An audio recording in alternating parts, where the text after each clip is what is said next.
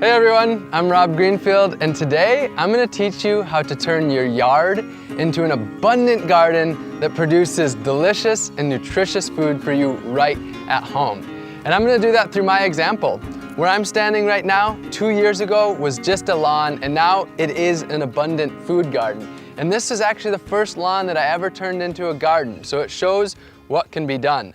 Now I'm here in Central Florida, and I want to show you what I had to start with. We're talking about, anybody who lives in Central Florida knows that we're basically working with straight sand. Wherever you are, you're gonna have a different situation, and you're gonna have to adapt this to your climate and your region. But this model that I'm showing today is something that can be generally done across the United States. I'm gonna keep things pretty simple for you today to help you really get started. Just 2 years ago, I had never really hardly grown any food, and all of this came from just learning the basics that I'm gonna share with you today. So there's 6 basic ingredients to this method: cardboard, mulch, soil or compost, sun, water, and then plants. Those are the 6 main ingredients. And I wanna say, this is my method, but there are many methods out there that you can do. This is really focused on working with nature rather than against it. So I'm gonna get into each of those 6 ingredients and break them down a little bit for you to help you start your garden. The first ingredient is cardboard, and it's simple as getting cardboard and doing a layer all across the whole area that you're gonna turn into a garden. Now, you don't need to buy the cardboard. You can get it from recycling dumpsters. So that could be grocery stores, liquor stores, or if you wanna make your job really easy, get it from appliance stores where they have huge boxes.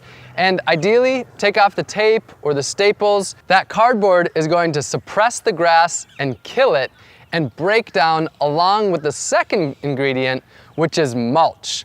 What you do with mulch is you get a thick layer, ideally about 1 foot, and you lay that down over the cardboard everywhere that you're turning the yard into a garden. Again, this is not a resource that you have to buy.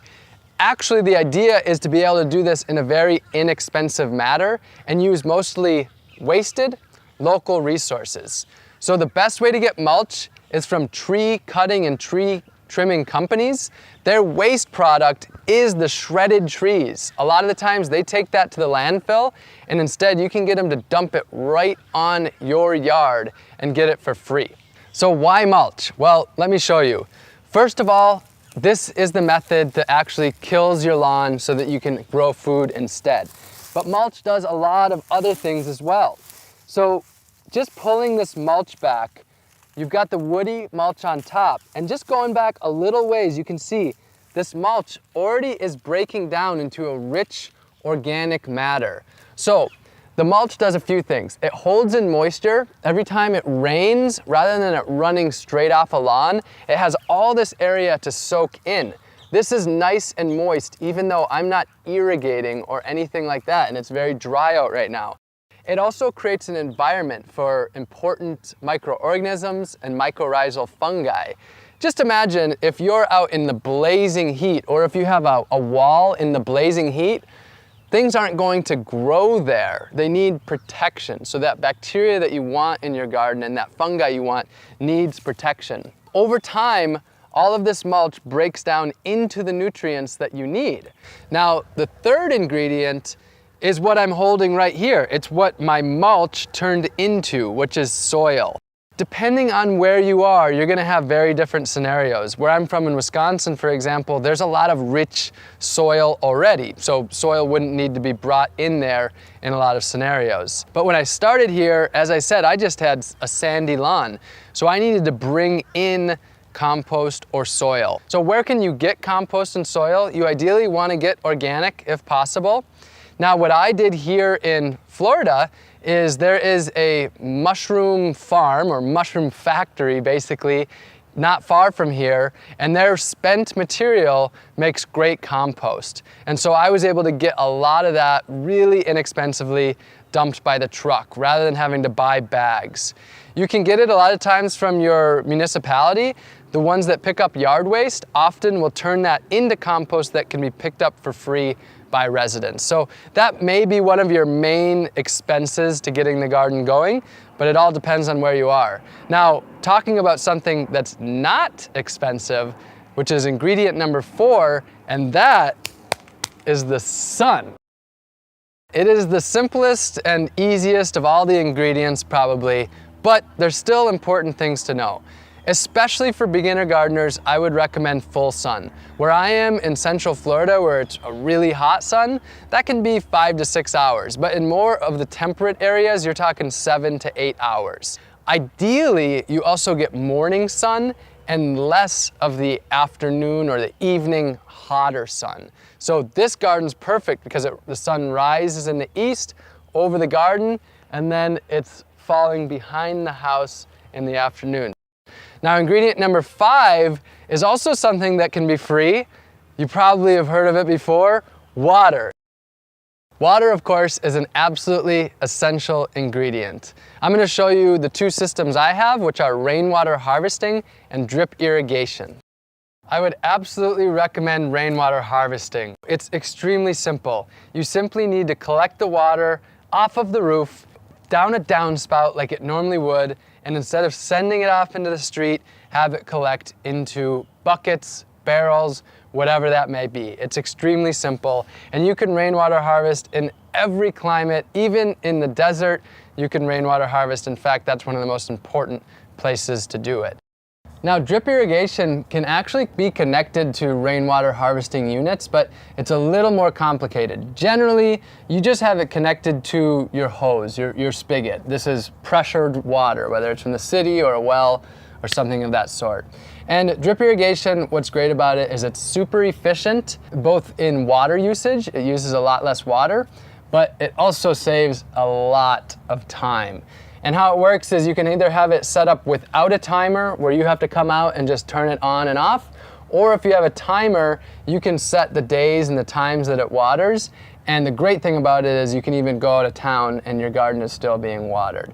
So water comes out through this black pipe and over to the drip irrigation line. So I'm going to take you back out to the garden to see where the water actually comes out. So here are the drip lines. And on this one, about every 6 inches, there's a little hole and the water literally just drips right out. And by doing that, it's actually targeted where you want it, not spreading water across the whole area. Some of the big keys to watering well are watering in the morning, ideally before it's even light out, rather than the water evaporating in the heat of the day. And then watering directly rather than overhead. Overhead is the most wasteful way, where you water lawns with sprinklers. That's the most wasteful way to use water. Now, when you're establishing a garden like this, it's generally the first 30 days to 45 days, that's when you need to water the most as you're establishing the plants. But if you set things up well, then you can do this with very little irrigation or even no irrigation. And that really comes down to what you're planting. And that is ingredient number 6, plants. There is an incredible amount that I could go into here, but I'm going to keep it just to the basics of how to turn your yard into a garden. So first of all, how to plant. With this method, the way that you plant the perennials is you simply would pull back that mulch that you laid down. Then you're going to amend that soil that you have there with compost, and you're going to plant into that and keep the mulch away from that plant. Now, if you're doing annuals, you're generally going to have much more compost that you're planting into. But what I really recommend is perennials. Here's one book that I really recommend, Perennial Vegetables by Eric Toensmeyer. I really recommend getting books that are designed for your area. Now, some key tips. One is to plant densely, and then you can thin out later.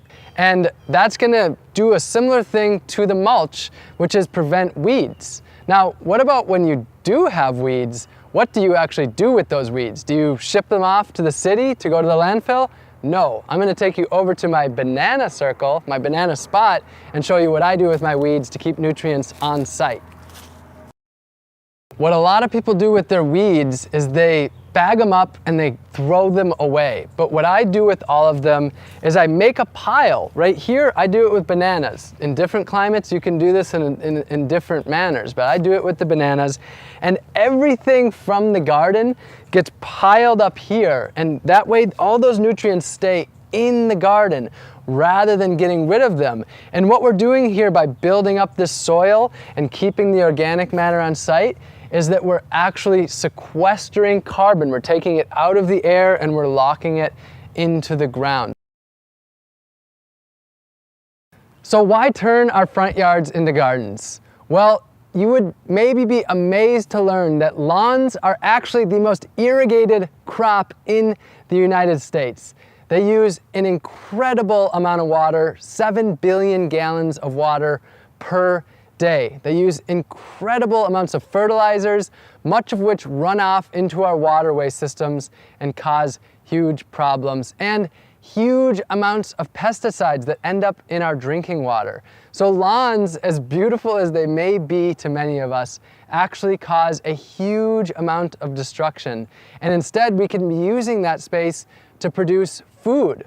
Now, during the World War I and World War II era of the Victory Garden movement, when the United States government was actually promoting people to grow food, close to half of all of our fresh fruits and vegetables were grown right in our own yards, rather than being shipped all over the world.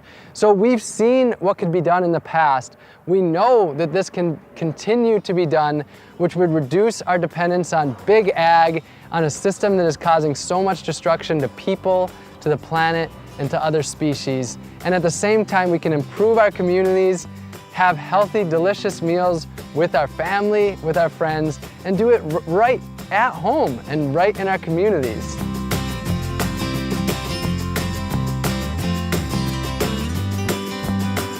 So that is how and why to turn your yard into a garden.